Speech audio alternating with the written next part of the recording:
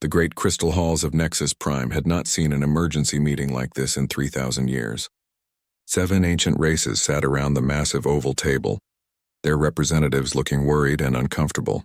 The air hummed with tension as holographic displays showed data that made even the oldest beings in the galaxy feel uneasy. Chancellor Vex Thera of the Velkari race tapped her long silver fingers on the table. Her people had mastered the secrets of life itself 50,000 years ago. They could grow organs like plants and heal any disease. But now, she stared at reports that made her stomach turn. The humans have done it again, she said, her voice sharp. They have created medicines that work better than ours. In just 20 years, they found cures for 3 plagues that we struggled with for centuries. Across the table, Prime Engineer Kalen Rex of the Threnody shook his massive head. His people were the builders of the galaxy. They moved stars and built highways through space itself. The Threnody had spent millions of years perfecting their craft. "It is worse than that," he rumbled, his deep voice making the crystal walls vibrate. "The humans have built new faster-than-light engines. Their ships can now travel distances in days that take our vessels months. Our greatest achievements look like toys compared to what they built in their garages." The other representatives shifted nervously. Each had similar stories to tell. The Zephyrian hive minds, who could think with 1 billion connected brains, reported that human computer systems were solving problems faster than their collective intelligence. The hegemony's greatest scholars, the Arcsani, admitted that human students were surpassing their professors in subjects that took normal species decades to understand. "How long have they been part of our galactic community?" asked Elder Symposium 9 of the Arcsani, her 3 eyes blinking in different patterns as she accessed ancient records. 212 years, replied the Velkari Chancellor. "Just over 2 centuries since we welcomed them as a junior member species." 2 centuries, repeated Prime Engineer Kalen Rex slowly. "In 2 centuries, they have advanced further than most species do in 20,000 years. At this rate, they will surpass us all within another century." The 7th member of the council, Speaker Yith Hollow of the mysterious Umbrals, had been silent until now. The shadow-like being rarely spoke, but when it did, others listened. "The humans do not follow the natural order," it whispered, its voice like wind through dead leaves. "They change too fast. They adapt too quickly. They threaten the balance we have maintained for 1,000,000 years." Around the table, heads nodded in agreement.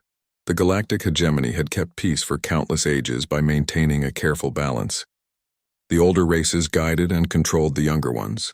Technology advanced slowly and steadily. No single species gained too much power too quickly. It was a system that had worked for so long that many considered it a law of nature itself. But humans broke that law simply by existing. Ambassador Sarah Chen stood in the center of the Great Hall, representing humanity before the 7 elder races. She was young by galactic standards, barely 50 years old with gray streaking through her black hair. She had come to Nexus Prime thinking this was a routine diplomatic meeting. Now, as she listened to the concerns being raised about her species, she began to understand that this was something much more serious. The human problem, as Chancellor Vex Thera called it, was simple to explain but impossible to solve. Humans learned too fast. They adapted too quickly. They took technologies that other races had spent millennia perfecting and improved them in mere years. Worse, they seemed to do it without even trying. It was just their nature. "We have watched your species with great interest," Elder Symposium 9 explained to Ambassador Chen. "Your people show remarkable creativity and determination, but that same creativity threatens the stability our civilization has enjoyed for ages, beyond counting." Ambassador Chen listened carefully as each representative spoke. The Velkari worried that human medical advances would make their healing arts obsolete. The Threnody feared that human engineering would replace their ancient construction methods. The Zephyrians were concerned that human artificial intelligence would surpass their collective consciousness. Each race had spent tens of thousands of years becoming the best at what they did. Now humans were proving that all of that could be matched or beaten in just a few decades. "What exactly are you asking of us?" Ambassador Chen finally said when the complaints had finished. The 7 representatives looked at each other. They had already discussed this privately and reached a decision. Now came the hard part, presenting it to humanity. Chancellor Vex Thera stood up, her tall form casting shadows across the crystal table. "We are offering your species a choice," she said formally. You may remain part of the galactic hegemony under new conditions. We will provide you with safe worlds to live on and trade agreements that benefit everyone. But you must accept certain limits. What kind of limits? Ambassador Chen asked, though she was already beginning to guess. Limits on your technological research, Prime Engineer Kalen Rex explained. No more than a 5% improvement in any technology per decade. Limits on your population growth. No more than a 2% increase per year. Limits on your expansion into space. No more than one new colony world per century. The conditions went on and on. Humans would be allowed to exist, but only if they agreed to stop being human. They would have to give up their curiosity, their drive to explore and create and improve. They would have to become like every other species in the galaxy, slow, steady, and predictable. And if we refuse these conditions, Ambassador Chen asked, though she already knew the answer. Then you must leave, Speaker Yithala whispered, peacefully and quietly. We will not wage war against you. We will not hunt you down or destroy your worlds. But you cannot remain in hegemony space if you will not accept our terms. The Great Hall fell silent. The 7 elder races waited for humanity's response. They had made their offer as generous as possible. Humans could stay if they agreed to limit themselves. If not, they could leave with no hard feelings. No one would be hurt. No one would be angry. It was the most civilized solution possible to an impossible problem. Ambassador Chen stood in the center of the hall, feeling the weight of her entire species' future on her shoulders. Around her, beings that had ruled the galaxy for longer than humans had existed waited for her answer. She thought about Earth, about the billions of humans living on dozens of worlds across hegemony space. She thought about the children in human schools who dreamed of becoming scientists and engineers and explorers. I cannot make this decision alone, she said finally. I must return to my people and discuss this with our governments. How long do we have to decide? 1 standard year, Chancellor Vexthera replied. Surely that is enough time for your people to make their choice. As Ambassador Chen left the crystal halls of Nexus Prime, she carried with her the most important decision in human history. Behind her, the 7 elder races were already discussing how to manage the transition. Most of them believed humans would choose to stay and accept the limits. After all, what species would willingly give up the safety and prosperity of galactic civilization? They were about to find out just how little they understood about humanity. The hegemony had made their offer in good faith, believing it was generous and fair. They had given humans a choice: accept limits and stay, or leave quietly without conflict. It seemed like a reasonable compromise to beings who had spent millions of years avoiding change. But they had made one critical mistake. They had assumed that humans valued safety and comfort more than freedom and growth. They had assumed that when faced with the choice between limits and exile, humans would choose the easy path. They were wrong. In 1 year, they would discover just how wrong they were. And though they did not know it yet, that discovery would change the galaxy forever. The meeting ended with formal politeness and diplomatic courtesy. The elder races were satisfied that they had handled a difficult situation with wisdom and restraint. Humanity had been given a fair choice. Whatever they decided, it would be their own free will. As the great crystal halls of Nexus Prime emptied, none of the 7 elder races imagined that they had just made the biggest mistake in galactic history. They had assumed that forcing humans to choose between comfort and freedom would be a simple decision. They had no idea that for humans, it was no choice at all. Ambassador Sarah Chen stood before the Galactic Assembly 1 year later, but everything had changed. The great amphitheater held representatives from thousands of species, all watching as she prepared to deliver humanity's answer. Her hair had gone completely gray during the past 12 months, and new lines marked her face. The decision had not been easy. Honorable representatives of the galactic hegemony, she began, her voice carrying clearly through the vast space. My people have considered your generous offer carefully. We have debated in our parliaments, discussed in our schools, and argued in our homes. Every human settlement, every colony world, every space station has participated in this decision. Chancellor Vexthera leaned forward in her seat. The Velkari leader was confident she knew what was coming. Surely humans would choose the sensible path. They would accept the limits and remain part of galactic civilization. The alternative was unthinkable. After much consideration, Ambassador Chen continued, humanity chooses to leave. The amphitheater erupted in surprised murmurs. In the gallery reserved for the elder races, expressions of shock and confusion appeared on alien faces. This was not what they had expected. "You choose exile?" Prime Engineer Kalen Rex asked, his deep voice booming across the assembly. "You would give up all of this?" He gestured to the magnificent structure around them, to the representatives of thousands of advanced civilizations, to the greatest gathering of intelligence and technology in the galaxy. "We choose freedom." Ambassador Chen replied simply, "Humanity thanks the hegemony for 2 centuries of friendship and cooperation. We hold no anger toward any of you. You have made your choice to preserve stability and order. We have made ours to preserve our nature and our future." Elder Symposium 9 of the Arksani activated her translation matrix, speaking in the formal language of galactic law.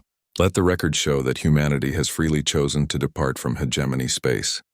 No pressure was applied. No threats were made. This is their voluntary decision." "Confirmed," Ambassador Chen said. "We ask only for safe passage to remove our people and possessions from hegemony territory. We estimate this will take 18 standard months." What followed was perhaps the most civilized mass migration in galactic history. The hegemony, relieved that humans had chosen to leave peacefully, offered every assistance. Velkari bioships helped evacuate human colonies. Threnodi engineers provided massive cargo vessels for moving equipment and supplies.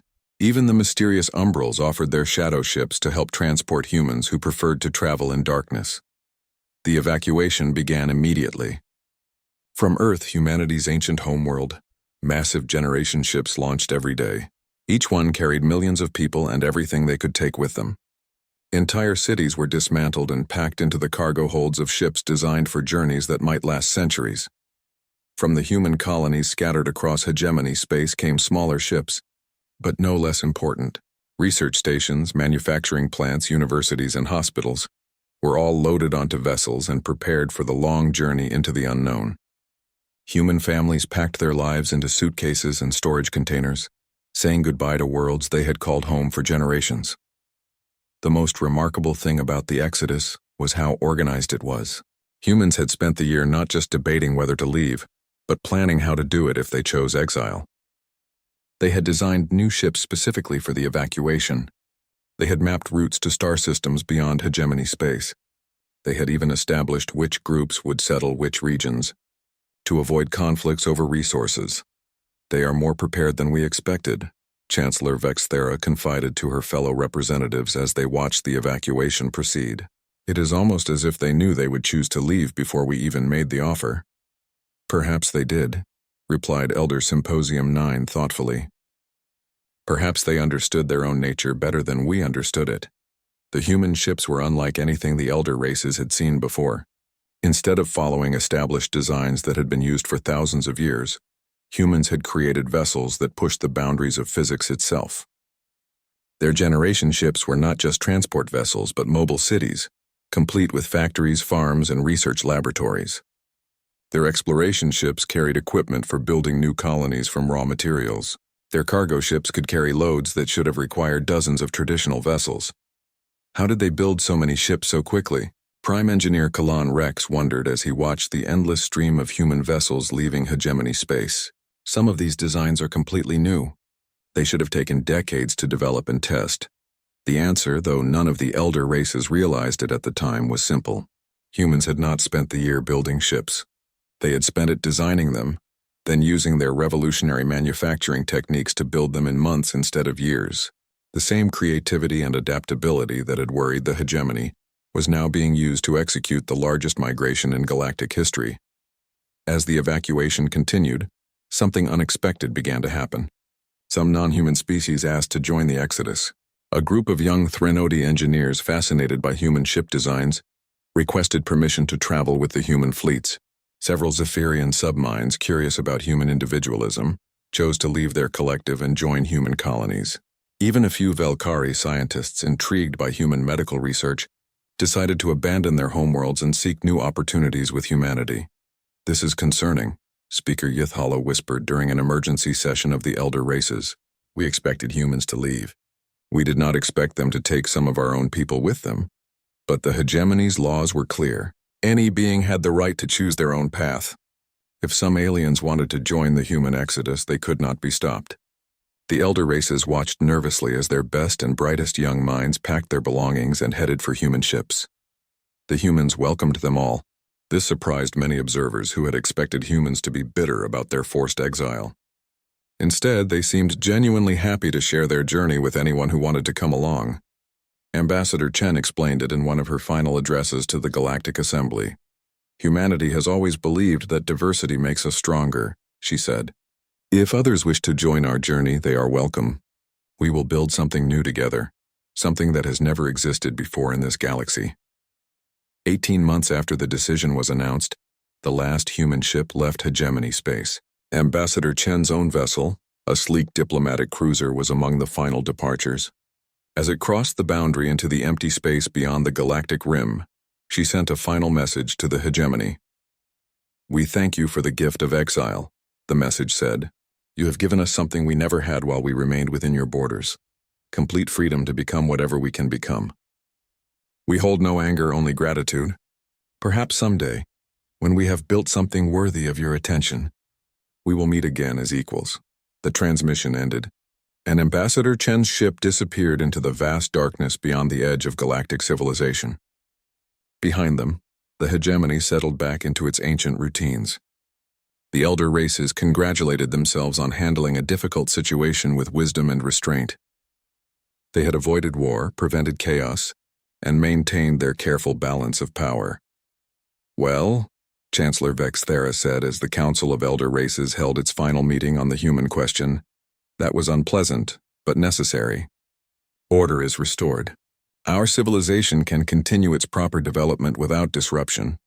The other representatives agreed. The Threnodi returned to their massive construction projects. The Zephyrians expanded their collective consciousness. The Velkari continued their biological research. The Arxani resumed their scholarly pursuits. Life in the hegemony went on as it had for millions of years. None of them imagined that they had just made the most catastrophic mistake in galactic history. None of them suspected that by forcing humanity to leave, they had removed the only limitation on human development that had ever existed. None of them realized that they had just given the most creative and adaptable species in the galaxy complete freedom to evolve without restraint. The elder races had solved their human problem by making it disappear. They had no idea that they had not eliminated the problem at all.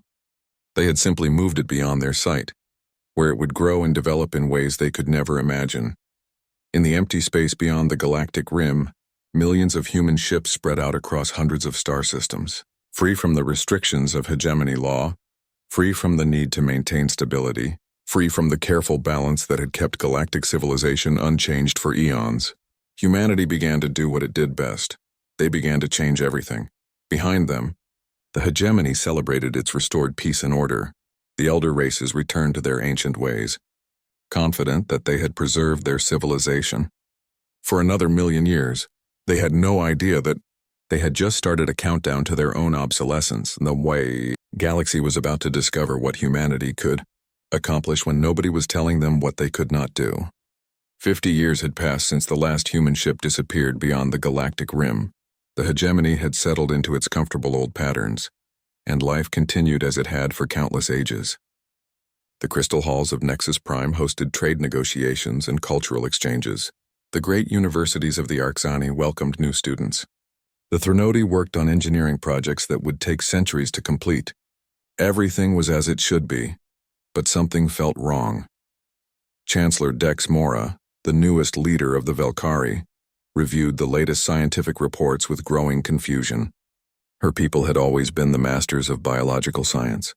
For 50,000 years, they had led the galaxy in medical research, but now their progress seemed painfully slow.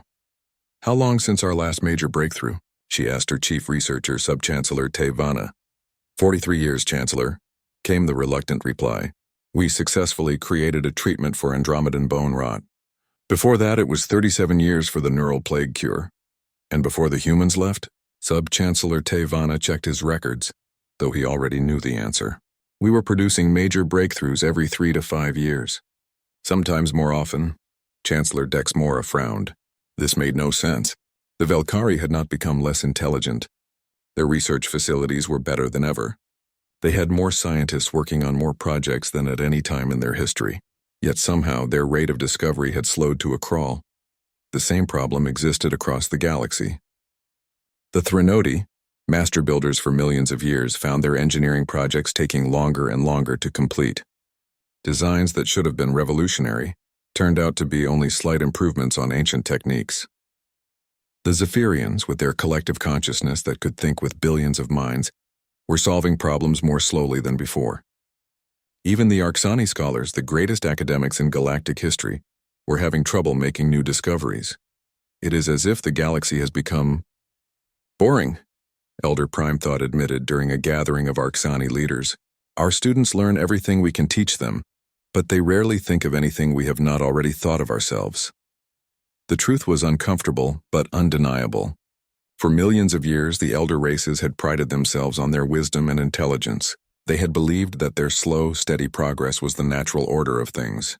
But now they were beginning to realize that much of their recent advancement had come from a different source entirely: competition. For 2 centuries, humans had been pushing the boundaries of what was possible. Every human breakthrough had forced the elder races to work harder, think faster, and reach further than they had in ages. The Velkari had developed new medicines because they were trying to keep up with human doctors. The Threnodi had improved their engineering because human builders were creating things that seemed impossible. The Zephyrians had enhanced their collective thinking because human computers were solving problems faster than their hive minds could. Without humans to compete with, the elder races had returned to their natural pace, glacially slow and utterly predictable. But there were other changes too, ones that worried the hegemony leadership even more than their slowing progress. Reports from deep space exploration fleets had become increasingly strange. Long-range sensors were detecting energy signatures that made no sense. Massive structures appeared on telescopic images, then vanished before follow-up observations could be made. Radio signals in unknown frequencies bounced around the galaxy's edge like echoes from an impossible source. The sensors must be malfunctioning, insisted Fleet Commander Zex Hollow of the Umbrals during a military briefing. These readings are not possible. No known technology could create energy signatures this powerful. All sensors malfunction in exactly the same way? Asked General Korth Prime of the Threnodi. Every ship, every station, every deep space probe reports the same impossible readings from the same region of space. The region in question was beyond the galactic rim, in the direction where humanity had vanished 50 years earlier. The implications were obvious, but nobody wanted to say them out loud. It was easier to blame equipment failures than to consider what these readings might really mean. Dr. Vel Chorus, the hegemony's chief scientist, studied the data with growing alarm. The energy signatures were not random. They showed patterns that suggested massive industrial activity. Construction on a scale that dwarfed anything the elder races had ever attempted. Worse, the signatures were getting stronger and more complex each year. If these readings are accurate, she reported to the Hegemony Council, then someone is building structures that are larger than our biggest space stations.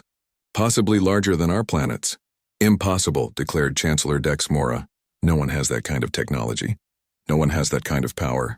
But the evidence kept mounting. Automated probes sent toward the galactic rim reported detecting artificial gravity fields strong enough to hold together moon-sized objects. Spectroscopic analysis showed materials that should not exist according to known physics. Radio telescopes picked up transmission patterns that suggested communication networks spanning dozens of star systems. Then the probes started disappearing. Not destroyed. Just gone. One moment they were transmitting data from the edge of known space, and the next moment their signals simply stopped. Recovery missions found nothing. No debris, no energy signatures, no trace that the probes had ever existed. Equipment failure, the official report stated. Mechanical breakdown due to the harsh conditions at the galactic rim. But privately, the hegemony's leaders were beginning to suspect something much more disturbing. The probes were not failing. They were being intercepted. The first confirmed contact came from an unexpected source. A Threnodi merchant ship, the Eternal Commerce, had been following a trade route near the galactic rim when their navigation system malfunctioned. Instead of arriving at their destination, they found themselves in a star system that did not appear on any map. The system contained 7 stars, each one surrounded by massive artificial structures. The structures were clearly artificial, but their design was unlike anything in hegemony records. They were beautiful in a way that hurt to look at, combining curves and angles that seemed to bend space itself. Energy flowed between them in patterns that created light shows visible from millions of kilometers away. Captain Relthane of the Eternal Commerce tried to contact the structures, broadcasting on every known frequency. For 3 days there was no response. Then on the 4th day a voice answered. "Welcome, friends," the voice said in perfect Threnody. "We wondered when you would come looking." The voice was human. Admiral Sarah Chen appeared on the Eternal Commerce's main screen, but she looked different than she had 50 years ago. She was still recognizably human, but there was something in her eyes that spoke of experiences beyond anything the hegemony could imagine. Behind her, through vast windows, Captain Relthane could see structures that seemed to stretch to infinity. "Admiral Chen," Captain Relthane managed to stammer. "But you are supposed to be. How is this possible?" "We have been busy," Admiral Chen replied with a smile that held secrets. "Would you like to see what we have built?" The tour that followed broke Captain Relthane's understanding of what was possible. The structures around the 7 stars were not just buildings or space stations. They were Dyson spheres, massive shells that completely enclosed each star and captured every photon of energy it produced. The power output of a single one of these constructions was greater than the total energy consumption of the entire hegemony. But that was just the beginning. Between the stars, Captain Relthane saw space elevators that stretched for light years, orbital habitats that housed populations in the billions, manufacturing facilities that could build ships the size of moons, agricultural platforms that could feed entire civilizations, transportation networks that moved people and goods faster than the fastest hegemony ships could travel. How, was all Captain Relthane could ask. "Freedom," Admiral Chen replied simply. "For 50 years we have been free to become whatever we could become. No limits, no restrictions, no one to tell us that something was impossible or dangerous or too ambitious." During the tour, Captain Relthane met some of the non-human species that had joined the human exodus 50 years earlier. The young Threnody engineers had become master builders of impossible structures. The Zephyrian subminds had developed new forms of consciousness that spanned star systems. The Velkari scientists had created new forms of life that existed in the vacuum of space itself. "But how many of you are there?" Captain Relthane asked. "Surely you cannot have enough people to build all of this." Admiral Chen's smile grew wider. "We are not the only ones who chose freedom over comfort," she said. "The galaxy is full of species who were tired of moving slowly and thinking small. We found them. They found us. We built something together that none of us could have built alone." It was true. In 50 years of exploration beyond the galactic rim, humanity had encountered dozens of intelligent species that had never been contacted by the hegemony.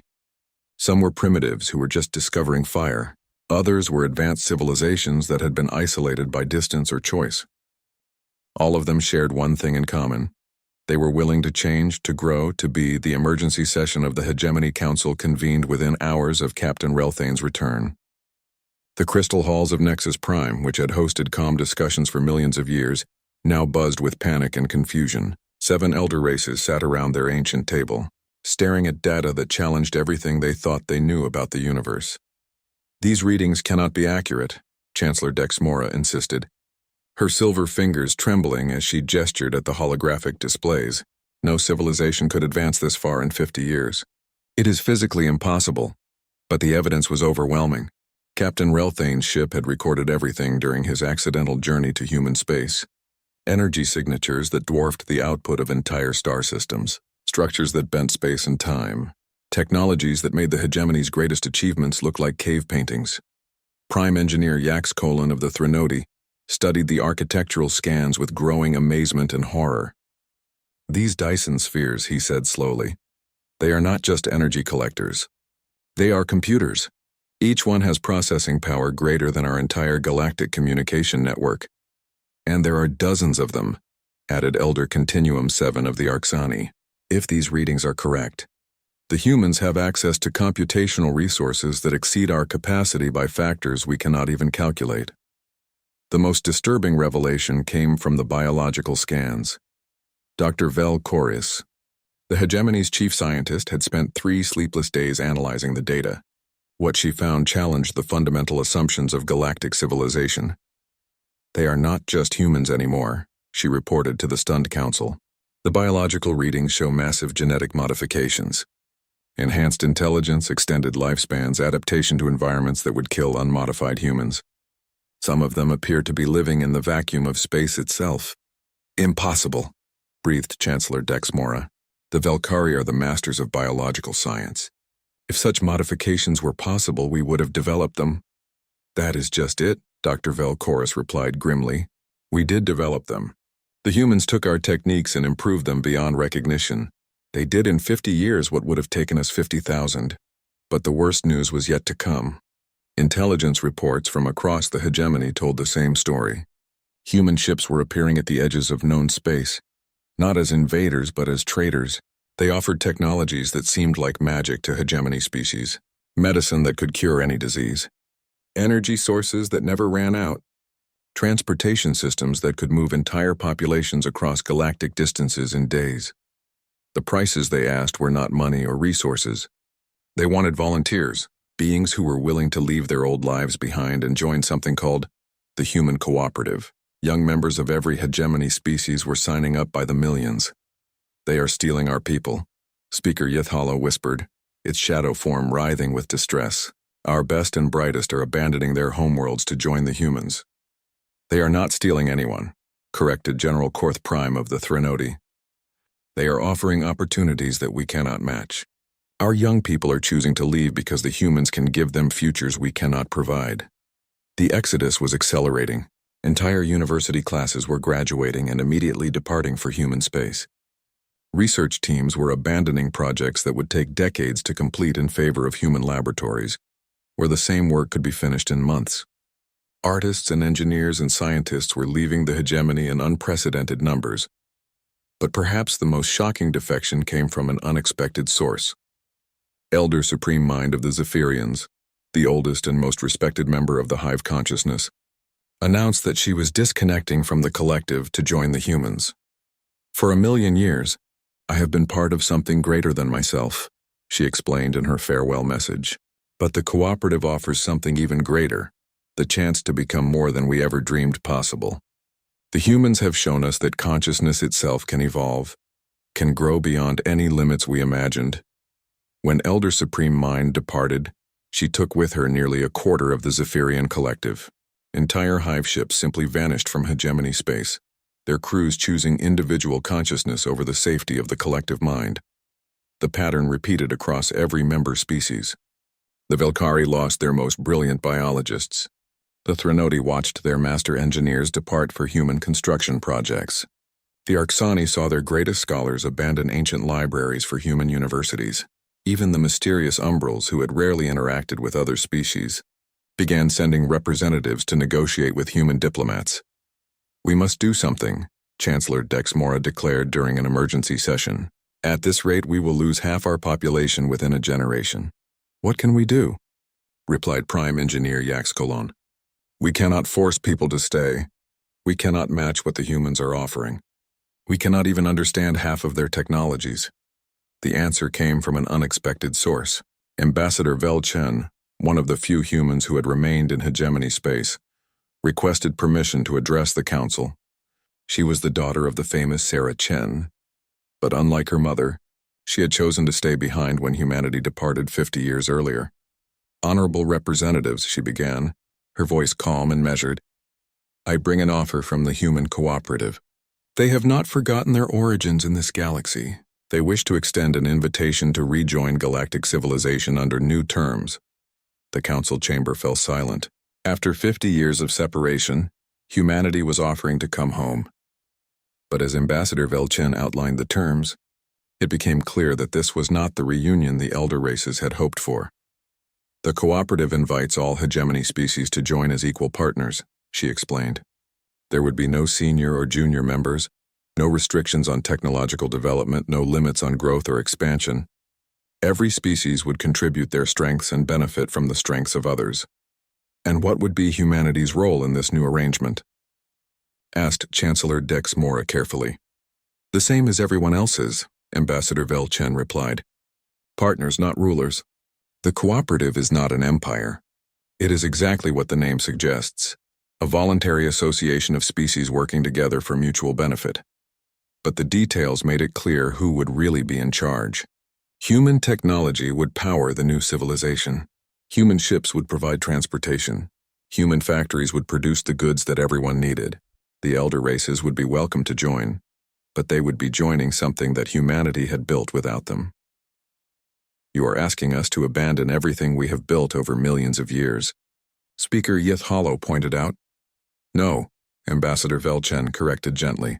We are asking you to build something better. The hegemony served its purpose, but that purpose is finished. The galaxy has outgrown the need for careful limits and artificial stability. It is time for something new. The offer was generous, perhaps more generous than the elder races deserved. Humanity held no grudges about their forced exile. They understood that the hegemony had acted out of fear, not malice. But they also made it clear that the old ways were finished. The galaxy had moved beyond the boundaries that the elder races had set for it. We will need time to consider this offer, Chancellor Dexmora said finally. Of course, Ambassador Velchen replied. But please understand that the offer will not remain open indefinitely. The cooperative is expanding rapidly. New species are joining every day. If the hegemony chooses to remain separate, that is your right. But you will be choosing to remain in the past while the rest of the galaxy moves into the future. As Ambassador Velchen departed, the council chamber erupted in heated debate. Some representatives argued for immediate acceptance. Others demanded more time to study the implications. A few suggested that the hegemony should reject the offer entirely and try to compete with the cooperative using their own resources. But privately, every member of the council knew the truth. The choice had already been made 50 years ago when they forced humanity to leave. Everything that had happened since then was just the consequence of that decision. They had created their own replacement by trying to preserve their own dominance. The galaxy belonged to humanity now, not because they had conquered it, but because they had built something better than what came before. The elder races could join this new civilization as junior partners, or they could watch from the sidelines as the universe passed them by. For the first time in galactic history, the established powers were being offered a choice by their former subjects. The irony was not lost on anyone. 50 years earlier, the hegemony had given humanity a simple choice: accept limits or leave. Now humanity was offering the hegemony an equally simple choice: join the future or be left behind. The difference was that this time, everyone knew which choice led to survival and which led to irrelevance. The age of the elder races was ending. The age of the cooperative was beginning. And somewhere in the vast reaches of space beyond the galactic rim, Admiral Sarah Chen was preparing for humanity's triumphant return to the galaxy they had been forced to leave. But this time, they would return not as exiles seeking readmission, but as the Dom. The final emergency session of the Galactic Hegemony Council convened exactly 1 year after Ambassador Velchen had delivered humanity's offer. The crystal halls of Nexus Prime, which had witnessed the rise and fall of civilizations for millions of years, now hosted what everyone knew would be their last meeting as the dominant power in the galaxy. The debate had raged for 12 months. Some species wanted to accept humanity's invitation and join the cooperative as equal partners. Others argued for maintaining independence and trying to compete with human technology. A few had suggested war, though that option had been quickly dismissed when intelligence reports revealed the true scope of human military capabilities. Chancellor Dexmora looked around the table at her fellow representatives. In the past year, 3 of the elder races had already announced their intention to join the cooperative. The Arxani scholars had been the first to break ranks, seduced by access to human libraries that contained the collected knowledge of hundreds of species. The Zephyrians had followed, their remaining collective consciousness eager to merge with human information networks. Most recently, a faction of the Threnodi had declared independence from the hegemony and requested admission to the cooperative. The vote is before us, Chancellor Dexmora announced formally. Shall the galactic hegemony accept humanity's invitation to join the cooperative, or shall we maintain our independence and compete with human civilization using our own resources? The result was not surprising. After months of debate, economic analysis, and intelligence gathering, The reality was undeniable. The hegemony could not compete with the cooperative. Human technology was simply too advanced, their resources too vast, their growth too rapid. Trying to match them would be like trying to race a starship while riding on the back of an animal. The vote was unanimous. The hegemony would accept humanity's offer and join the cooperative. But even as the decision was announced, reports were arriving that made it clear the vote was largely symbolic. Across hegemony space, human ships were already providing aid to struggling colonies. Human medical teams were curing plagues that local doctors could not treat. Human engineers were upgrading infrastructure that had been considered state-of-the-art just months before. The integration was happening whether the hegemony officially approved it or not. Admiral Sarah Chen arrived at Nexus Prime 3 days later, aboard a ship that defied every assumption about space travel. The vessel, called New Horizons, was larger than most space stations, but moved with the grace of a fighter craft. Its hull seemed to bend light around it, creating patterns that hurt to look at directly. When it docked with the ancient station, the entire structure vibrated with harmonics that suggested technologies beyond current understanding. Admiral Chen herself had changed even more dramatically than her ships. She was still recognizably human, but her eyes held depth that spoke of experiences spanning centuries. Her movements suggested enhanced reflexes and strength. Most disturbing of all, she seemed to know what people were thinking before they spoke. "Welcome to the cooperative," she said, as she addressed the assembled representatives for the first time in 50 years. "We are honored that you have chosen to join us in building the future." But her words carried undertones that made the elder races uncomfortable. This was not a reunion of equals. This was a powerful entity graciously accepting the surrender of former rivals. "What happens now?" asked Prime Engineer Yaxcolin of the Threnody, one of the few elder race leaders who had not already defected to the cooperative. "Now we work together," Admiral Chen replied simply. "Your species bring valuable perspectives and capabilities to our alliance. The Velkari understanding of biological systems, the Threnody expertise in large-scale construction, the Arksani tradition of scholarship. All of these will help the cooperative grow stronger. And what about our governments? Our cultures? Our independence?" Chancellor Dexmore asked. "Preserved and protected," Admiral Chen assured her. "The cooperative does not seek to destroy what came before. We seek to build upon it. Your governments will continue to rule your homeworlds as they always have. Your cultures will be celebrated and shared with other species. Your independence will be respected in all matters that do not affect the common good." But as the integration proceeded over the following months, it became clear that very few matters did not affect the common good. Human administrators appeared in every major government to provide consultation on policy decisions.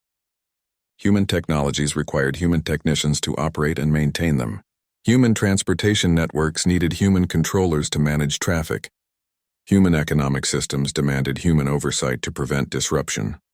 The elder races found themselves in the position of junior partners in their own galaxy. Their opinions were solicited and sometimes followed, but the real decisions were made by human committees that operated with an efficiency and scope that left traditional governments struggling to keep up. "We have become a client state," Chancellor Dex Mora confided to her remaining cabinet members after her third meeting with human administrators.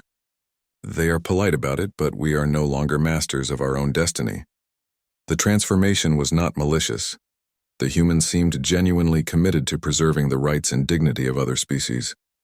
But their capabilities were so far beyond those of the elder races that equality was impossible. It was like trying to have an equal partnership between adults and children.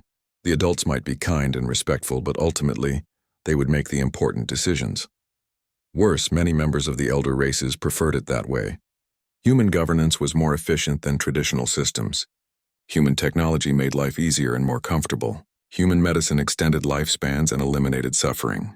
Human education systems produced smarter, more capable individuals in a fraction of the time required by traditional methods. The younger generation of elder race citizens saw no reason to resist. They learned human languages, adopted human customs, and pursued careers in human-designed industries. They saw their parents' attachment to the old ways as nostalgia for an inferior past. "We are becoming extinct," Elder Prime thought of the Arksani observed during one of the last meetings of traditional scholars. "Not through violence or oppression, but through obsolescence. Our children see no value in preserving traditions that serve no practical purpose in the new galaxy. The final transformation came when Admiral Chen announced the next phase of cooperative expansion. Having integrated the major species of the local galaxy, humanity was preparing to make contact with civilizations in other galaxies. The technologies they had developed during their 50 years of exile made intergalactic travel not just possible, but routine. The universe is vast, Admiral Chen explained to the assembled representatives of what had once been the hegemony. This galaxy was just our starting point. There are millions of other galaxies, each containing billions of species with their own unique perspectives and capabilities. Imagine what we can accomplish when we bring them all together. The elder races listened with growing amazement and despair. 50 years ago, they had been the masters of their own galaxy. Now they were junior members of a civilization that was preparing to expand across the entire, observable universe. The scope of human ambition was beyond anything they had ever imagined. "What about us?" asked Speaker Yith Hollow, the last representative of the mysterious Umbrals. "What role do the elder races play in this grand vision?" Admiral Chen's answer was kind but devastating in its implications. "You are the foundation," she said. "Everything humanity has accomplished was built upon the knowledge and culture you shared with us during our 2 centuries in the hegemony. You taught us about galactic civilization, about cooperation between species, about the possibilities that exist when different forms of life work together. Without that foundation, we could never have built what we have built. But now," Chancellor Dexmora pressed. "Now you rest," Admiral Chen replied gently. "You have earned it. Your species have spent millions of years carrying the burden of galactic leadership. You maintained peace, preserved knowledge, and created a stable civilization that lasted longer than most stars. That is a remarkable achievement. But that phase of galactic history is over. It is time for others to carry the burden of progress." The message was clear, though it was delivered with diplomatic courtesy. The elder races had become living museums, preserved and honored for their historical contributions but no longer relevant to the galaxy's future. They would be cared for and protected, but they would not be consulted on decisions that shaped the course of civilization. Admiral Chen's final address to the former Hegemony Council was broadcast across the entire galaxy. Her words were translated into thousands of languages and heard by trillions of beings on millions of worlds. 50 years ago, you made a choice, she said, her voice carrying the weight of historical judgment. You were afraid of what humanity might become if we remained among you. You were concerned that our rapid advancement would disrupt the stability you had worked so hard to maintain. So you offered us a choice. Accept limits on our growth or leave your civilization and make our own way in the universe. She paused, letting the implications of those words sink in across the galaxy.